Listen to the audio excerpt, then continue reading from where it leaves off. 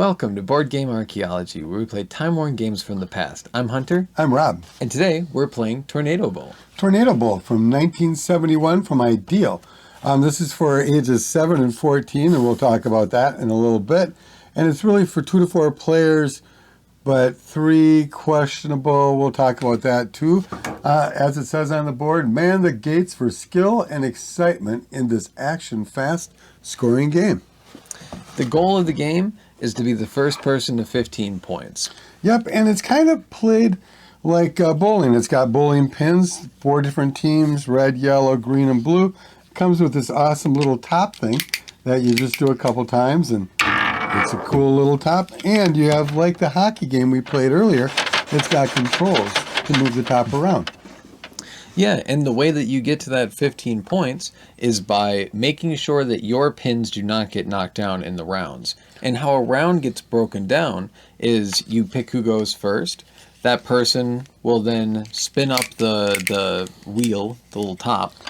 They'll let it go, and then it will spin. People try to defend best they can, and when it falls down, when it loses momentum, then the same person reloads it, spins it again, and the conclusion of that, how many pins you have remaining, points.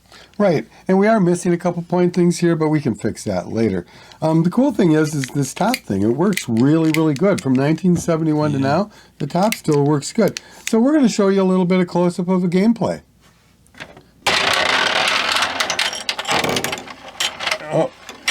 Oh my God, I went the wrong way. I'm not going to go anywhere. Oh, definitely had some destruction. So unfortunately, the first thing I did was I hit the thing too hard, which knocked one of the hunches down. But we're going to count it because it's going to maybe happen to you too. And then you pull out all the ones that you got knocked over.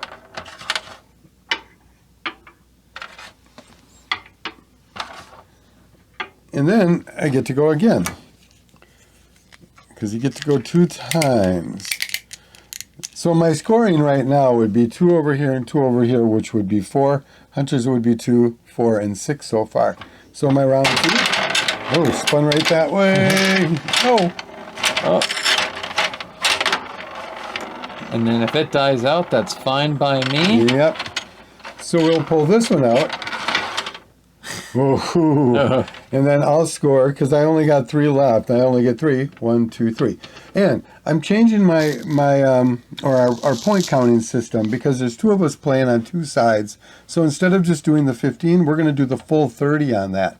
Because if you didn't knock any over, that would be 10. And it's truly the same number count as if you were only doing 5.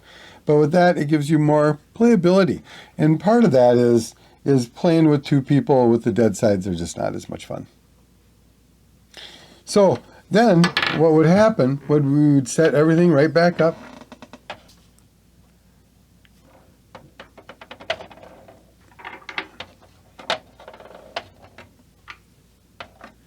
And then it would be Hunter's turn. Well, as you can see, playing as 2 people, we improvised by each playing as 2 teams and then kind of doubling down on the point values. We did try it single, like one side, like they kind of show you on the box, where you just kind of leave one kind of like that. But you have a lot of downtime because you can't control it. Your area is only that much, like a couple inches. So if it starts to fall into this realm or a realm that you're not handling, it just doesn't work that well. Yeah, and it doesn't say anything about, opponents losing pins or anything. And so the game is best played, I think, with 2 or 4 people. But a third person could definitely be useful in that they kind of operate 2 while the other people use 1. Right, especially if you have an advantage of age or something like that. You can play the 2 and 2 younger people can play that. And that gets us to the pros and the cons. I don't think this game is 7 to 14.